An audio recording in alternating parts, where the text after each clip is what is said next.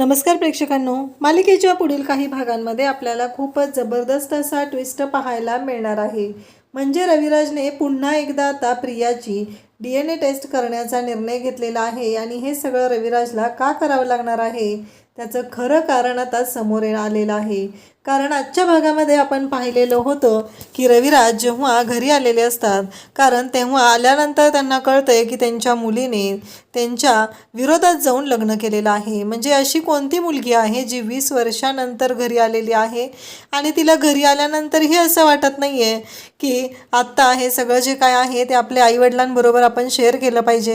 कारण या मुलीला वाटलंच नाही आहे की तिच्या वडिलांनी तिच्या लग्नाला असलं पाहिजे। त्यामुळं रविराज आता खूपच चिडलेले असतात आणि रविराजने जो निर्णय घेतलेला आहे त्या निर्णयामुळे रविराज आता खूपच वैतागलेले आहेत आणि त्यामुळं त्यांनी आता प्रियाची पुन्हा DNA टेस्ट करण्याचा निर्णय घेतलेला आहे। आणि त्याचबरोबर अर्जुन सायली आता पुरावे शोधण्यासाठी, म्हणजे प्रिया आणि साक्षी यांचं जे काही कनेक्शन आहे ते शोधण्यासाठी बाहेर पडलेले आहेत। त्यांच्या हाती जे पुरावे लागलेले आहेत ते इतके जबरदस्त आहेत की ज्याचा विचार स्वप्नातही आपण करू शकत नाही। एवढे जबरदस्त पुरावे त्यांच्या हाती लागलेले आहेत। हे सगळं कशा पद्धतीनं होणार आहे ते आपल्याला पाहायला मिळणार आहे आणि जेव्हा घरातील सर्वांच्या समोर हे सत्य येणार आहे तेव्हा मात्र प्रियाची पूर्णपणे वाट लागणार आहे। त्यासाठी हा व्हिडिओ शेवटपर्यंत पहा। तर इकडे सायली ही आता निघालेली असते, पण प्रिया काही सायलीला जाऊ देत नसते, सायलीवर बारीक लक्ष ठेवून असते। तेव्हा मात्र आता सायलीला प्रश्न पडलेला असतो की आता करू काय, कारण ह्या प्रियाला हे जे आहे प्रियाचं कांड चाललेलं या सगळ्यातून तर तिला जावं लागणार असतं। कसं जायचं हा मोठा प्रश्न असतो। आणि मग सायली म्हणते की सगळं जेवण बनवून झालेलं आहे, प्रिया कोशिंबीर बनवलेली आहे, ते कोशिंबिरीमध्ये एक काम कर। तेव्हा प्रियाला ती सांगते की साखर आणि मीठ तेवढं घालून घे।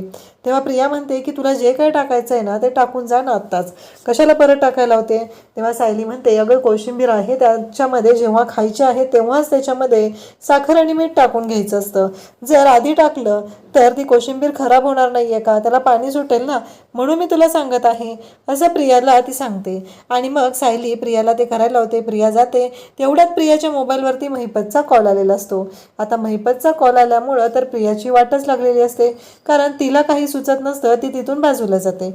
जेव्हा प्रिया तिथून बाजूला जाते तेव्हा मात्र एक मोठी गोष्ट घडते। तोपर्यंत सायली मात्र तिथून निघून जाते। प्रिया म्हणते आत्ताही येत होती आणि कुठे गेली, मला चकवा देऊन गेली, असं प्रियाच्या डोक्यात येऊ लागतं। आणि प्रिया मात्र विचार करायला लागते, म्हणजे ही सायली नक्की कुठं गायब झाली। पण त्याहीपेक्षा मोठी गोष्ट घडलेली असते, ती म्हणजे आता ना सायलीने एक काम केलेलं असतं आणि ते म्हणजेच इतकं भयानक अशी गोष्ट असते। सायली निघून गेलेली असते, प्रियाला महिपतनं बोलवलेलं असतं, प्रियाची मात्र वाट लागलेली असते आणि प्रियाला मात्र आता कळायचं बंद झालेलं असतं। कारण काहीही झालं तरीही प्रिया आता अगदी त्या पेच्यामध्ये सापडलेली असते, कारण आता कोर्टाची हिअरिंग आलेली आहे आणि कोर्टामध्ये बोलवलेलं आहे। त्यामुळे आता आपल्याकडे काहीच ऑप्शन नाही, ही गोष्ट लक्षात आलेली असते। आणि मग महिपत म्हणत असतो की असा कोणता तरी पुरावा आहे जो त्या अर्जुन सुभेदारला मिळालेला आहे आणि त्यामुळंच अर्जुन सुभेदारने आता कोर्टाची तारीख मागून घेतलेली आहे। हे सगळं चाललेलं असतं आणि त्यासोबतच इकडे जेव्हा आता महिपत प्रियाला बोलवतो, प्रिया म्हणते की आता मला काही करून गेलं पाहिजे, जर मी गेले नाही तर खूप मोठा प्रॉब्लेम होणार आहे, असं म्हणत महिपत हा तिथं महिपतनं बोलवलेला आहे म्हणून प्रिया जायला निघते। नागराज आणि महिपत तिथं ऑलरेडी येऊन थांबलेले असतात। त्यांना मात्र दोघांनाही राग आलेला असतो। प्रियाला जे काम करायचं आहे ते काम प्रियानं केलेलं नाही हे त्यांच्या लक्षात आलेलं असतं। प्रिया मात्र कामचुकारपणा करत आहे या गोष्टी त्यांच्या दोघांच्याही लक्षात आलेल्या असतात। ते म्हणत असतात की तुझं काय चाललंय नक्की।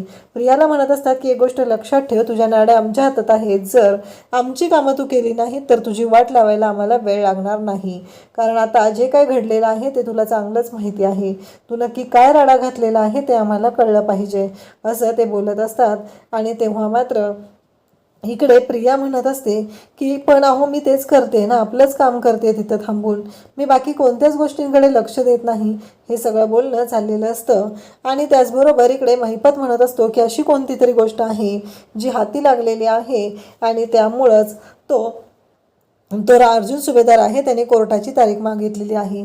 तेव्हा प्रिया म्हणते ठीक आहे मी पाहते, पण प्रियाला मात्र महिपतने धमकी दिलेली असते, एक गोष्ट कायमस्वरूपी लक्षात ठेवायची आहे, काहीही झालं तरीही आत्ता जे काही मी सांगत आहे त्या गोष्टीकडे बारीक लक्ष ठेवायचं आहे आणि जर काम झालं नाही तर गाठ माझ्याशी आहे असं महिपत ठणकावून सांगत असतो.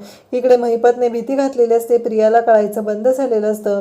प्रियाला सुचतच नसतं की आता करायचं काय, कारण काहीही झालं तरीही प्रिया मात्र महिपतसाठी काम करत आहे, परंतु वाट मात्र प्रियाचीच लागणार असते हे मात्र प्रियाला चांगलंच माहिती असतं.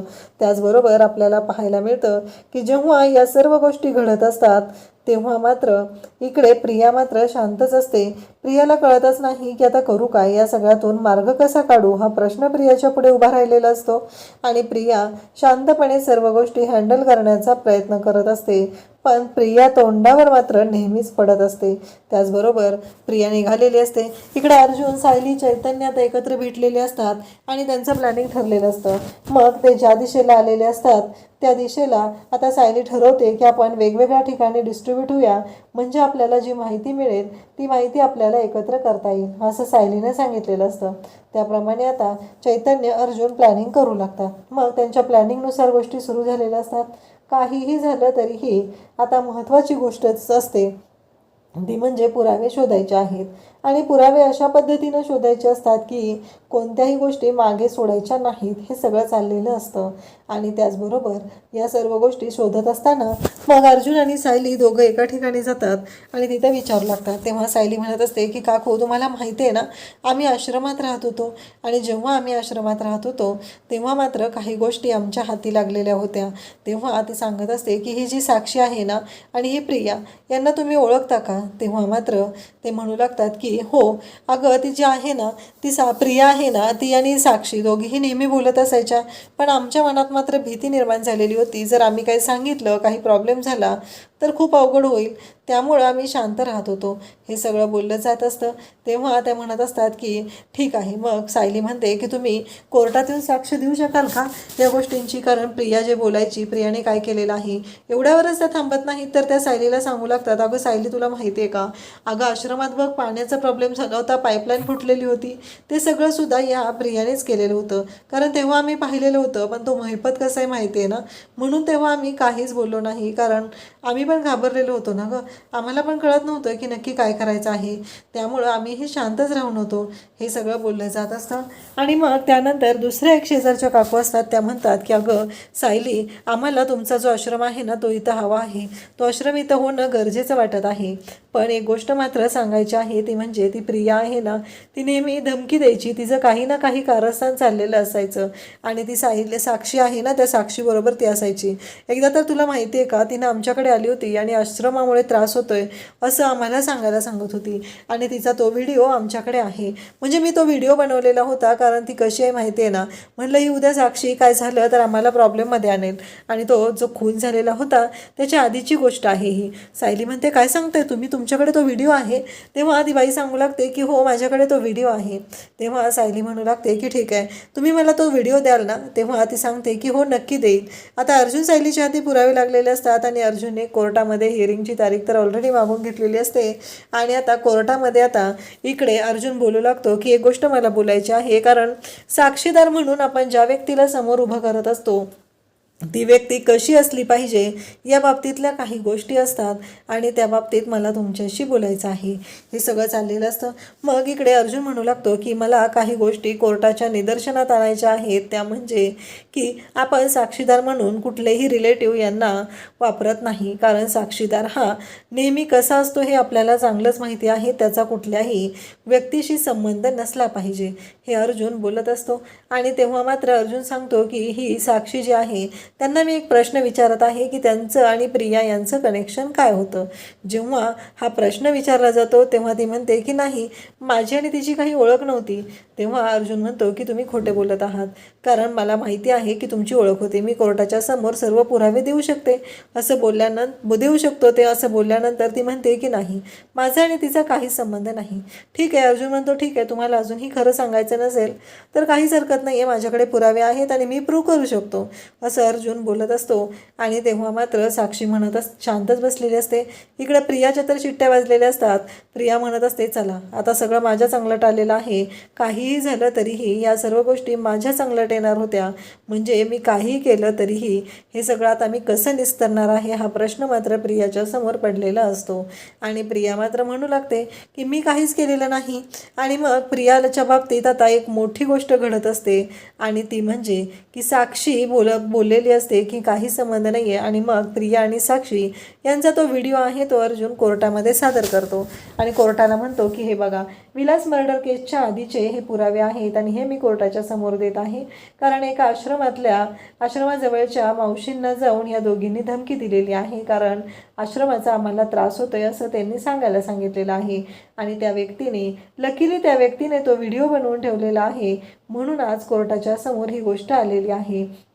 हे अर्जुन जेव्हा सांगत असतो तेव्हा मात्र प्रियाची तर वाटच लागलेली असते. प्रियाला मात्र कळायचं बंद झालेलं असतं की मी करू काय, नक्की माझा प्रॉब्लेम काय आहे हा प्रश्न तिला पडलेला असतो. आणि प्रिया आणि नागराज तिथं असतात. प्रिया नागराजला म्हणत असते आता काय होणार, तेव्हा नागराज म्हणत असतो खा माती, आता तुझ्याकडे दुसरा काही ऑप्शनच नाही आहे, कारण तुला कामं नीट करताच येत नाही आहे, माती खाण्याशिवाय दुसरं काही जमतच नाही आहे तुला, आता तुला मातीच खावी लागणार आहे असं नागराज तिला बोलत असतो. परंतु प्रिया मात्र आता घाबरलेली असते. तिला कळायचं बंद झालेलं असतं, कारण ती पुरती अडकलेली असते आणि ती आता तिथे एका प्रॉब्लेममध्ये येऊन सापडलेली असते. इकडे आता प्रियाची साक्ष घेतली जाणार असते आणि तो व्हिडिओ पाहिल्यानंतर अर्जुनने आता कोर्टाच्या समोर हे आणलेलं असतं की ही जी साक्षी शिकरे आहे आणि प्रिया आहे या दोघींचं आधीपासूनची ओळख आहे, या दोघींच्या ओळखीमुळंच हे सगळं घडलेलं आहे असं अर्जुनने समोर आणलेलं असतं. आणि अर्जुन म्हणत असतो की आता तुमच्या समोर आलं असेल की ही जर प्रिया प्रिया ही साक्षीची आधीपासूनची मैत्रीण आहे, तर तिनं दिली जाणारी साक्ष ही बायसच असणार आहे. कारण जर ती साक्षीची मैत्रीण आहे तर ऑब्वियसली ती साक्षीची बाजू घेऊनच बोलणार आहे आणि कोर्टामध्ये कोणत्याही नातेवाईकाची मित्रमैत्रिणींची साक्ष पकडली जात नाही, हा आपला कायद्याचा नियम आहे. मग आता ह्याबद्दल काय तुम्ही सांगाल जज साहेब? आता तुमचं उत्तर मला हवं आहे, तुमचा निर्णय हवा आहे की आता करायचं काय. जर या प्रियाची साक्ष आपल्याला मिळालेली होती म्हणून आपण मधुभाऊंवर आरोप केलेले होते, मधुभाऊ दोषी आहेत हे आपण गृहीत धरलेलं होतं, पण आता मधुभाऊ दोषी कसे म्हणायचे? कारण काहीही झालं तरीही महत्त्वाची गोष्ट ही आहे की जर प्रिया ही साक्षीची आधीपासूनची मैत्रीण आहे तर आपण कसं समजायचं, हे सगळं बोललं जात असतं. आणि तेव्हा मात्र इकडे सगळेजण पाहत असतात आणि अर्जुनने ही शक्कल लढवलेली असते. महिपतच्या तर शिट्टे वाजलेले असतात, महिपतला कळायचं बंद झालेलं असतं. त्याचबरोबर तो जो व्हिडिओ असतो ज्यामध्ये प्रियाने आश्रमातल्या लोकांना त्रास द्यायचा आहे याबद्दल केलेला व्हिडिओ असतो, तो व्हिडिओ त्याचबरोबर मधुभाऊंनीही काही व्हिडिओ आता व्हायरल केलेले असतात आणि त्यामुळं ते व्हिडिओ आता सुभेदारांच्या समोर पोहोचलेले असतात. म्हणजे साक्षी आणि प्रिया यांचं आधीपासून असलेलं कनेक्शन हे सुभेदारांच्या समोर आलेलं असतं. आणि अश्विनला, पूर्णाजीला, त्याचबरोबर इकडे कल्पनाला खूप मोठा धक्का बसलेला असतो की हे सगळं काय आहे. त्याचबरोबर ते व्हिडिओ इकडे रविराजलाही मिळालेले असतात. रविराजही इकडे विचार करत असतो की हे सगळं काय होतं आहे, म्हणजे नक्की काय चाललेलं आहे हा प्रश्न रविराजला पडलेला असतो. आणि रविराज म्हणत असतो की काहीही झालं तरीही आता मला काहीतरी निर्णय घ्यावा लागणार आहे. आणि रविराज घरी सगळ्यांशी बोलत असतो. इकडे तर ह्या सगळ्यांना धक्का बसलेला असतो, म्हणजे सायलीने कॉन्ट्रॅक्ट मॅरेज केलं म्हणून आपण तिच्याशी चुकीचं वागलेलो आहे, पण ही तन्वी तर किती पुढची निघालेली आहे, म्हणजे मला कळतच नाही आहे. तेव्हा अश्विन म्हणू लागतो की मी माझ्या दादावरती शंका घेतलेली आहे, दादावरती मी हाती उचलले या मुलीसाठी, आणि हे सगळं काय घडतंय मला ना कळतच नाही आहे की काय करू. हा विचार अश्विनच्या मनात सुरू झालेला असतो. इकडे पूर्णाजी आणि त्याचबरोबर कल्पना ह्या दोघीही टेन्शनमध्ये असतात. पूर्णाजी म्हणत असते की नक्की काय खरं आणि काय खोटं मला कळतच नाही आहे, ह्या सर्व गोष्टी आपल्याच बाबतीत का होत आहेत हा प्रश्न पूर्णाजी विचारत असते. त्यावेळेस अश्विन म्हणत असतो की म्हणजे तिनं माझ्यासोबत पण कदाचित प्रेमाचं नाटकच केलं नसेल ना, कारण मला फसवून तिनं माझ्याशी लग्न केलं नसेल ना. आता अश्विनच्या मनात ही शंका येऊ लागलेली आहे की तन्वीनं मला फसवलेलं तर नाही आहे ना, म्हणजे आता ह्या सगळ्यातून बाहेर पडण्यासाठी, कारण माझ्या डॅडच्या बाबतीत ज्या माणसामुळे माझ्या डॅडला 2 दिवस जेलमध्ये राहावं लागलेलं आहे आणि त्याचबरोबर त्या माणसाबरोबर आता माणसाशी ह्या प्रियाचे संबंध आहे, त्याच्या मुलीशी हिचा आधीपासूनची मैत्री आहे आणि आपल्याला ही असं सांगत होती की हिचा आणि त्यांचा काहीही संबंध नाही, पण आज हे प्रूव्ह झालेलं आहे. शेवटी अर्जुन दादा जे सांगत आहे तेच खरं आहे, हे सगळं सुरू झालेलं असतं अश्विनच्या मनामध्ये. इकडे रविराज म्हणत असतो की मला कळतच नाही आहे की ही मुलगी मला फसवून माझ्यापासून लपवून जर लग्न करत असेल तर बाकीच्या कोणत्या गोष्टींवर मी विश्वास ठेवू, कारण काहीही झालं तरीही ही मुलगी कोणत्या थराला जाऊ शकते हा विचार इकडे रविराजच्या डोक्यात आलेला असतो. आणि त्यासोबतच इकडे अर्जुनने आता जवळजवळ या केसचा निकाल जवळ आणलेला असतो, कारण मधुभाऊ हे दोषी नाही आहेत हे अर्जुन सिद्ध करू लागलेला असतो. अर्जुन मात्र विचार करत असतो आणि अर्जुन आता खुश झालेला असतो. फायनली त्याला जे हवं होतं ते साध्य करू शकलेला असतो. आणि त्याचबरोबर प्रिया आणि साक्षी यांचं कनेक्शन समोर आल्यामुळं एक महत्त्वाची गोष्ट घडलेली असते आणि ती अशी असते, ती म्हणजेच की मधुभाऊंची सुटण्याचे चान्सेस आता वाढलेले असतात, कारण मधुभाऊंच्या विरोधात दिलेली साक्ष ही बायस ठरलेली आहे आणि त्यामुळंच आता मधुभाऊंच्या सुटण्याचे चान्सेस वाढलेले आहेत. इकडे अर्जुन हा खूपच खुश झालेला असतो. सायलीही तेवढीच खुश झालेली असते. प्रियाचा मात्र बँड वाजवायची तयारी सुरू झालेली असते. अशाच अपडेटसाठी चॅनलला सबस्क्राईब करा. थँक्यू.